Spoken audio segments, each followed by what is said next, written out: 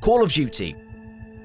No matter how terrible it might be one year, it seems to, with absolutely no exception, always set records. It's a franchise with extreme pulling power, marketing wise, and just nostalgia across the people and across the years. From coming home from school and always playing Modern Warfare 2, Black Ops 1, Black Ops 2, Mike Myers in the private match and having a quick scope no scope with your friends, to playing the old school Call of Duty 4, the one that arguably started it all, in a private match and trying to get out of the map on backlot. To even the first Warzone during lockdown for the newer generation of players, and how much fun that actually was. But nothing quite hits as hard as going back and playing the older Call of Duty games, reliving the days of the Harrier, the Chopper Gunner and the Nuke gameplays, or using the Commando on firing range, or getting a VSAT, Dogs and Swarm on Black Ops 2, for all of your friends to see. This for a long ass time wasn't possible because all of the older Call of Duty servers were on the previous system and they posed a security risk to play.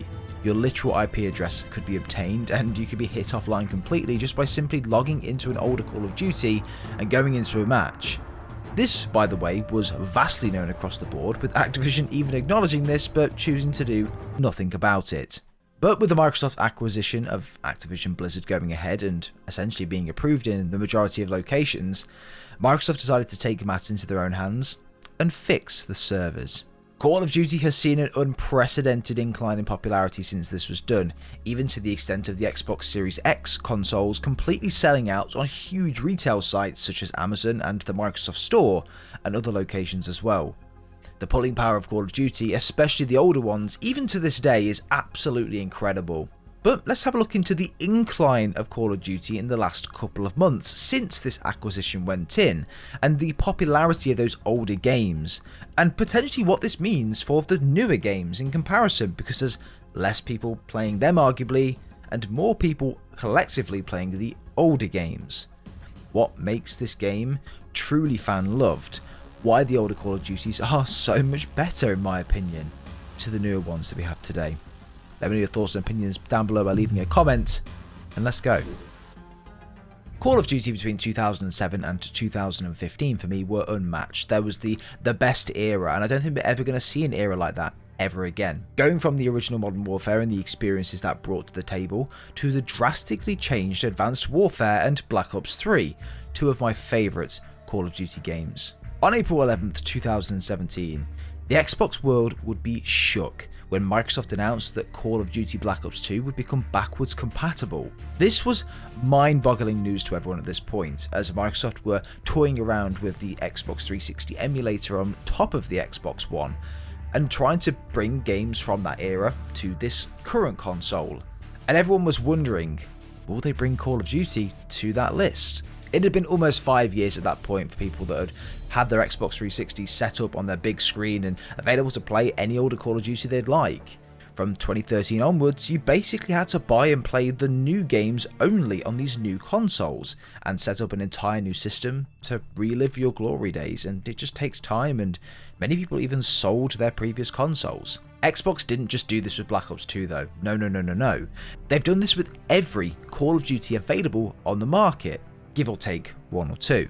But this was just something that PlayStation couldn't compete with, giving Microsoft and Xbox a huge advantage, and selling systems just so people can play these older Call of Duty games, and then also have the option to just stick the disc in and play the newer ones as well, without having multiple different consoles. The huge incline in online players for some of these games were immense, and even arguably more popular than what they were when they were actually the new Call of Duty out. At one stage with Black Ops 1's player count going into the 100,000s again for a decade plus old game. Lobbies being easier than current Call of Duties to get into because there's no bullshit matchmaking in the way. Life was good, man. Until something happened to the servers. All older Call of Duties on PC or console were all plagued with this issue. Logging into the game, connecting to the servers could put you at risk of your IP address being found, and basically you hit offline almost permanently in some cases. It was a real problem. But what did Activision try to do to prevent this security threat? Nothing, absolutely nothing. Activision did precisely fuck all to try and work around this, prevent it in any way at all, or, help the safety of their players. In fact, it was Microsoft that came to the rescue when Activision Blizzard merger was approved and went ahead, and they fixed the servers, which is why it's now safe to go back and play these older games. Look, I get why there was probably some concern not to do this for the older games, as the investment to improve and to fix on the infrastructure of all the servers and things may not have seemed worth it at the time, but with the influx of players these games have seen, I'm absolutely blown away that this wasn't done sooner. Look, these player counts are said to be a glitch, especially Black Ops 1, with it showing over 1 million players on when this was fixed, and I believe over 100 to 200,000 on the actual main screen. But even just seeing those types of numbers on an old game, one that's around a decade old, is just ludicrous to me. Xbox Series consoles across the board, because people wanted to play the older Call of Duties, were just sold out everywhere. Like, dude, that's awesome. The pulling power of Call of Duty is crazy, even for the older games, and the fact they all immediately went on sale on the store, all of them became the top sellers within 24 hours of the fix going in, allowing new fans of the series and younger fans to experience what COD was like in its glory days, and how much better it was than the shit show we have nowadays. With the latest Call of Duty again having a pretty underwhelming start to its life, with content as per usual being drip fed to us over a number of months and years, Warzone 2 being shit, and a cracking campaign in Modern Warfare 2, I really enjoyed it, and I'm looking forward to the next iteration of Modern Warfare 3. But what's next for Call of Duty? With the older games resulting in an incline in players to the overall franchise again, surely Microsoft want to keep this going, right?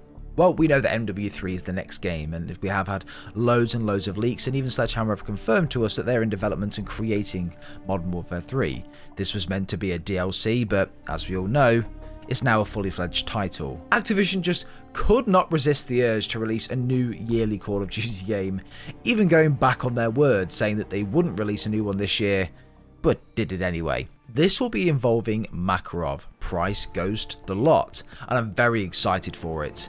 Especially, no Russian. Bringing back that, I hope, shock value that we had in Modern Warfare 2019, and building on the franchise's story of Modern Warfare 2, which I really enjoyed. But it's the multiplayer where I'm the most concerned about. Infinity Ward used to be the best studio. The original Modern Warfare 2, Modern Warfare 3, even Ghost, I really enjoyed it. And it just went downhill with Infinite Warfare, arguably Ghost. And then the multiplayer on Modern Warfare 2018, 2019, and then the Modern Warfare 2 was just some of the most unfun multiplayer experiences that I've ever played, even to this day. But Modern Warfare 3 is meant to be drastically different than basically what Vanguard did in comparison to Modern Warfare 2019. Modern Warfare 3 is created and developed by Sledgehammer Games, and apparently we're meant to have a normal minimap, we're meant to have Dead Silence as a perk, and things like that as well. But Call of Duty has seen a huge incline since the fixing of these servers. I'm very much looking forward to seeing what Modern Warfare 3 story brings, and for those that haven't played the original games, go back and give them a go. They're all on sale and they're all worth their weight in gold. But I hope you guys have enjoyed today's video. A bit of a short one, but it's nice to just go back and relive the glory days of Call of Duty a little bit. And I hope the next game's good. Warzone is dead for me. Modern Warfare 2 is dead for me, to be quite honest. And I'm looking forward to playing something, hopefully, that's going to be semi-fun. This is why I've just been absolutely grinding the older games like Modern Warfare 3. I've been playing a lot of that and going back and reliving those days, going for Moabs and things, and it's been a hell of a lot of fun playing with friends. I haven't felt like I wanted to go off that game within 2 games. I've spent multiple hours, most nights, playing it and just enjoying it through the process. So I hope that continues going on. But leave a like if you have enjoyed today's video, everyone. Subscribe if you guys are brand new to the channel as well. We have plenty of content coming on the channel. It's a bit of a dry spot throughout July and potentially a little bit of August as well. But as soon as we get some interesting games and content coming out, this channel will be back up and thriving again. And the end of the year is going to be extremely busy for games, so make sure you stick around for that. But thanks for watching. Really appreciate it. We'll see you all next time.